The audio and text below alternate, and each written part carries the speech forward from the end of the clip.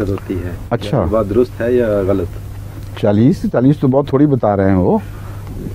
قرآن کریم میں اللہ تعالیٰ حضرت ابراہیم علیہ السلام کے متعلق فرماتا ہے ان ابراہیم کانا امتن قانتن للہ حنیفہ، کہ ابراہیم ایک فرما بردار امت تھا جو اللہ کے لیے ہمیشہ اللہ کے حضور جھکا رہتا تھا اور اسی کی طرف مائل رہتا تھا.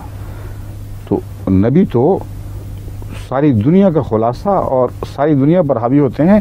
ایک محمد رسول اللہ کو خدا نے مبعوث کیا اور عربوں پر حاوی کر دیا.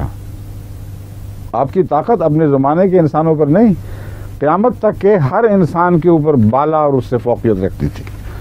تو 40 کی پتہ نہیں کس زمانے کی باتیں کر رہے ہیں، کسی زمانے کسی چھوٹے سے نبی کی شاید بات ہو رہی ہو. اب تو محمد رسول اللہ کا زمانہ آ گیا ہے. ایک نبی، ہمارا پاک نبی ساری دنیا پر حاوی ہے، سب دنیا سے بڑھ کے اس کی طاقت ہے.